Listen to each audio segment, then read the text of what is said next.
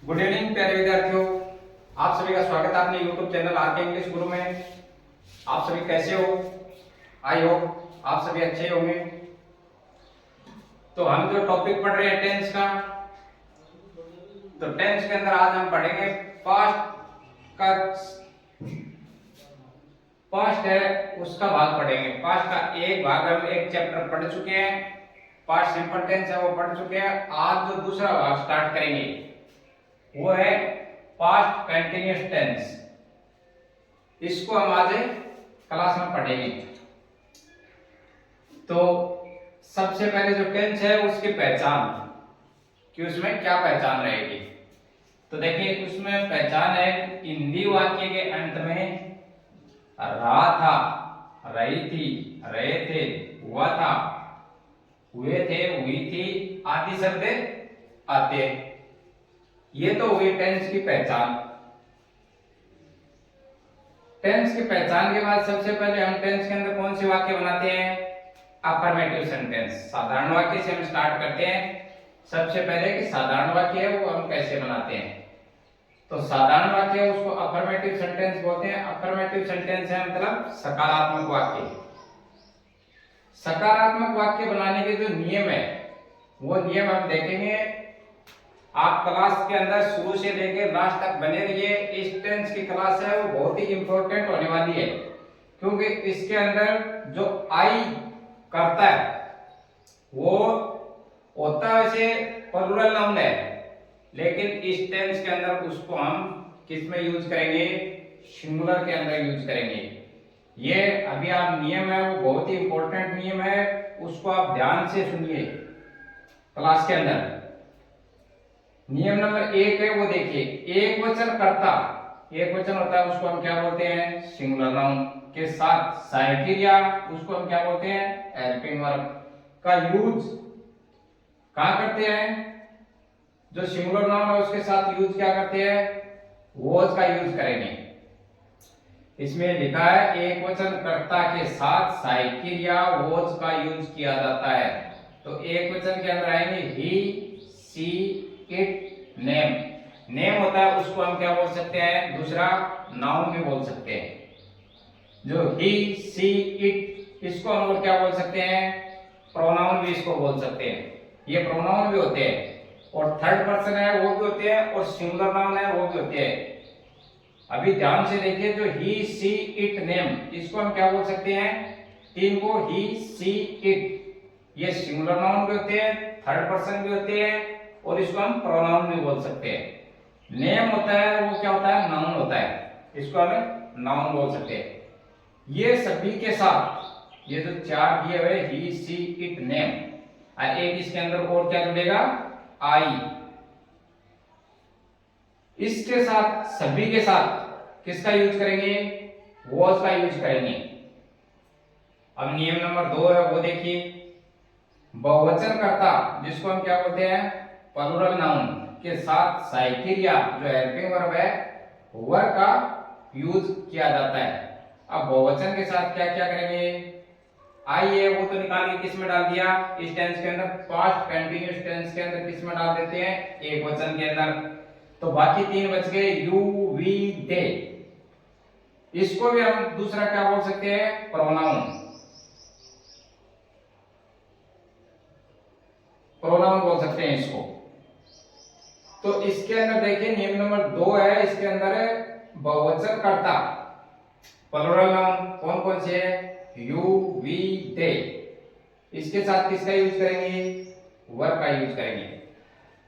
अब सबसे महत्वपूर्ण बात यही है कि सबसे पहले जो टेंस होता है उसकी पहचान होती है, उसके बाद उसमें हेल्पिंग वर्ब है, क्या यूज करेंगे? तो इस टेंस के अंदर हम यूज करेंगे वॉज या वर्ब। अब उसका हम क्या बनाएंगे? नियम बनाएंगे। नियम बनाने से क्या है? टेंस है वो बहुत ही आसान हो जाता है।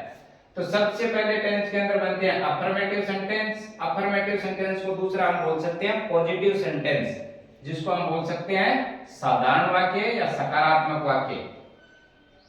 फिर उसके बाद टेंस के कुछ है नियम बना लेते हैं कि किसके साथ हम सिंगुलर यूज होगा और किसके साथ प्लूरल यूज होगा।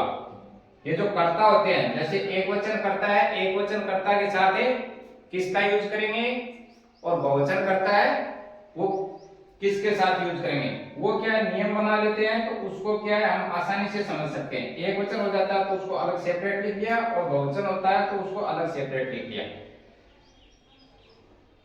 तीसरा जो नियम है, नियम नंबर 3 है, आई को पास्ट कंटिन्यूस टेंस में एक वचन कर्ता माना जाता है। ये हम पहले ही पढ़ चुके हैं इस क्लास के अंदर कि आई है उसको किस में ले जाते हैं हमें, इस टेंस के अंदर, किस टेंस के अंदर, पास्ट कंटिन्यूस टेंस के अंदर किस में ले जाते हैं, आई को एक वचन कर्ता के साथ ले जाते हैं।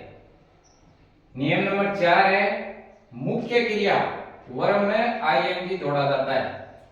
जो रहा है, रही है, रहे जैसा सेंस रहेगा वाक्य का, उसके अंदर क्या करते हैं, वर्ब के अंदर आईएनजी जोड़ते हैं। तो अपने जो 4 नियम हो गए इसके, सबसे पहले शुरू से क्या करते हैं, टेंस की पहचान है वो हम सीखते हैं। उसके बाद उस टेंस के अंदर जो हेल्पिंग वर्ब है, साइकिल है, वो कौन सी यूज करते हैं वो याद रखना है। तो एक नंबर हो गई पहचान। उसके बाद टेंस के अंदर जो हेल्पिंग वर्ब है वो, फिर कौन सी हेल्पिंग वर्ब किसके साथ यूज करना है, सिंगुलर के साथ कौन सी हेल्पिंग वर्ब यूज करनी है, और प्लूरल के साथ कौन सा यूज करना है। आप हमेशा याद रखना कि जो सब्जेक्ट और हेल्पिंग वर्ब, ये दोनों का एक दूसरे के ऊपर डिपेंड रहता है। जैसा सब्जेक्ट रहेगा वैसे हेल्पिंग वर्ब लगाएंगे। सिंगुलर रहेगा तो सिंगुलर के साथ कौन सा करेंगे, और प्लूरल है तो उसके साथ कौन सा यूज करेंगे। उसके बाद क्या होता है, कुछ नियम होते हैं कि उसमें आईएनजी जोड़ना है, किसी के अंदर थर्ड फॉर्म लगाना रहता है, किसी के अंदर सेकंड फॉर्म लगाना रहता है। तो वो क्या है हमें याद करना पड़ेगा।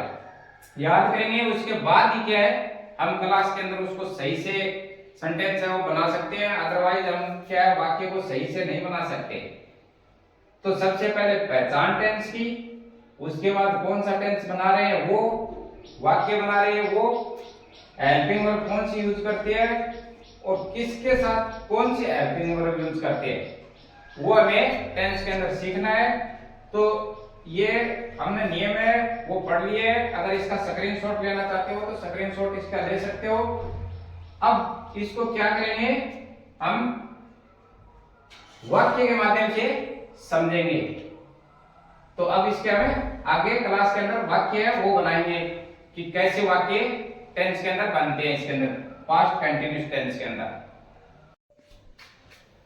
अभी जो पास्ट कंटिन्यूस टेंस है उसके अंदर जो फॉर्मूला है वो देखिए। सबसे पहले किसका यूज करते हैं अफर्मेटिव सेंटेंस में, सब्जेक्ट का। उसके बाद जो हेल्पिंग वर्ब है उसका, तो हेल्पिंग वर्ब इसके अंदर क्या है, साइकिलिया, वोज और वर, उसका यूज करते हैं। उसके बाद वर्ब की फर्स्ट फॉर्म होती है जो मेन वर्ब है, उसके अंदर किसको जोड़ते हैं, आईएनजी को। आईएनजी से वाक्य का सेंस निकलता है रहा है, रही है, रहे है। उसके बाद क्या है, ऑब्जेक्ट। उसके बाद क्या है, अदर वर्ड। तो जो सब्जेक्ट होता है वो तो होता है सेंटेंस के अंदर काम को करने वाला। हेल्पिंग वर्ब होती है वो होती है समय बताती है। उसके बाद मेन वर्ब जो वाक्य के अंदर काम हो रहा है, जिसको हम वर्ब बोलते हैं मेन वर्ब, जो काम हो रहा है वो होती है मेन वर्ब।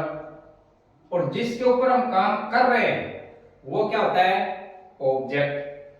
वाक्य अगर सेंटेंस के अंदर वाक्य में कुछ बचा है तो उसको किसके रूप में लिख देते हैं, अदर वर्ड के रूप में। तो ये तो हो गया हमारा बेसिक फॉर्मूला। अब इस फॉर्मूले के आधार से हम क्या बनाएंगे, सेंटेंस बनाना सीखेंगे। तो सबसे पहले बनाते हैं मैं अपना काम कर रहा था। तो सबसे पहले टेंस की पहचान, रहा था, इसका मतलब रहा है, रही है, रहे, ये कौन से टेंस में आते हैं, पास्ट कंटिन्यूस टेंस के अंदर। अब उसके बाद करता क्या है, मैं।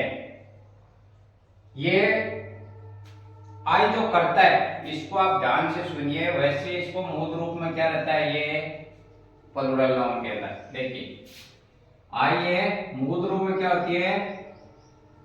प्लूरल नाउन बहुवचन करता है, लेकिन किसमें?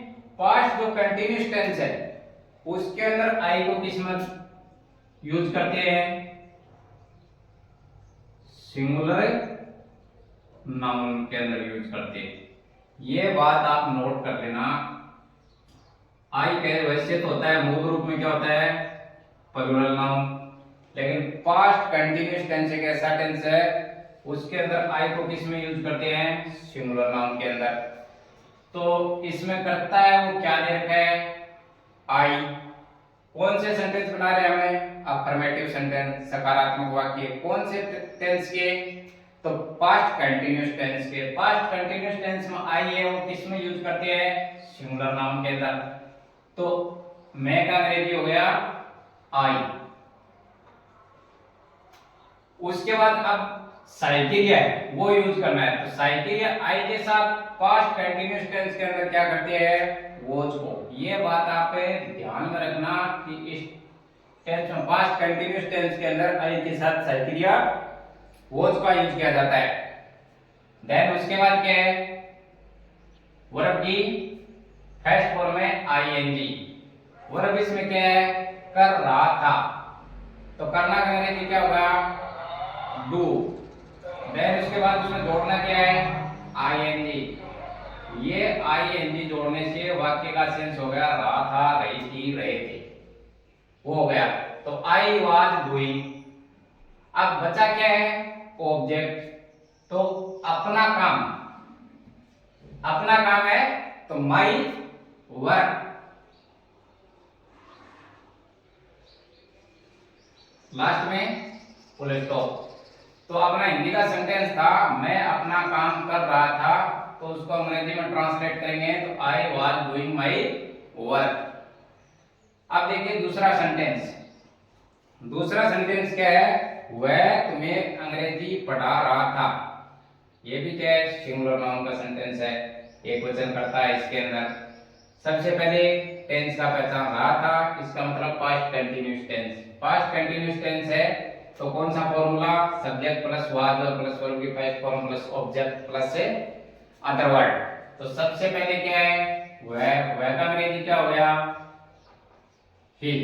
अब ही के साथ हेल्पिंग वर्ब किसका यूज करेंगे?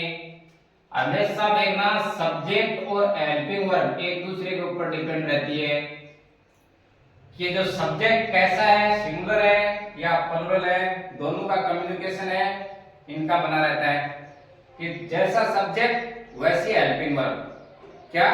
जैसा सब्जेक्ट अगर सिंगुलर है तो सिंगुलर के साथ कौन सी हेल्पिंग वर्ब यूज करते हैं? प्लूरल है तो उसके साथ कौन सी हेल्पिंग वर्ब यूज करते हैं? तो इसके अंदर ही क्या है? Singular noun. सिंगुलर नाउन के साथ किसका यूज करेंगे? वॉज का। तो ही वॉज। उसके बाद क्या है? वर्ब की फर्स्ट फॉर्म। इसमें क्या है? पढ़ा रहा था। तो पढ़ाना का अंग्रेजी क्या हो गया? टीच। और उसके अंदर जोड़ना क्या है? आईएनजी। तो ये क्या हो गया? टीचिंग। तो ही वाज टीचिंग, इतना हो गया। उसके बाद क्या है? ऑब्जेक्ट। ऑब्जेक्ट में क्या है? तुम्हें अंग्रेजी। तो he was teaching you English. Last में फुल स्टॉप।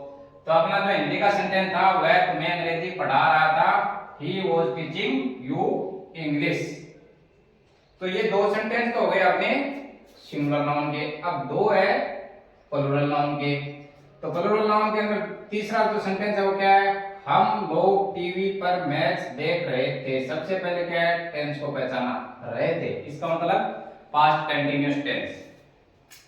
अब टेंस पहचानने के बाद सीधा आप कर्ता के ऊपर आइए। कर्ता क्या है इसके अंदर? हम लोग,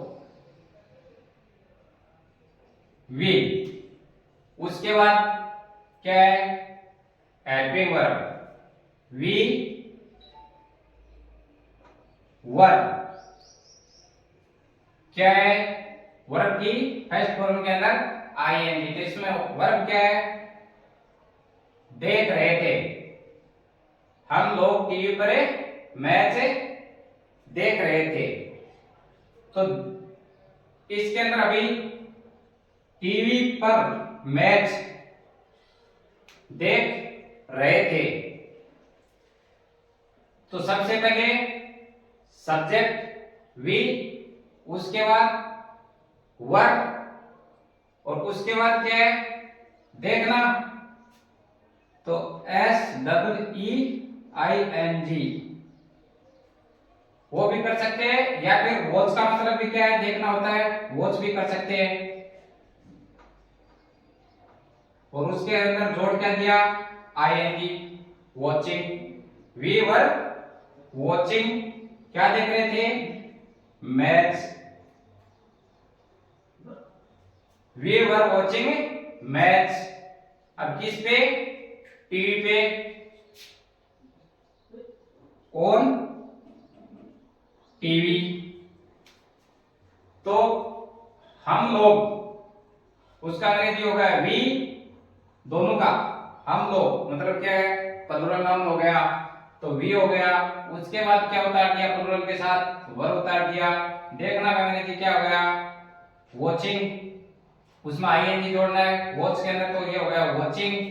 फिर क्या है मैच, तो मैच का अंग्रेजी उतार दिया, किस पे देख रहे हैं टीवी पे, तो ऑन टीवी।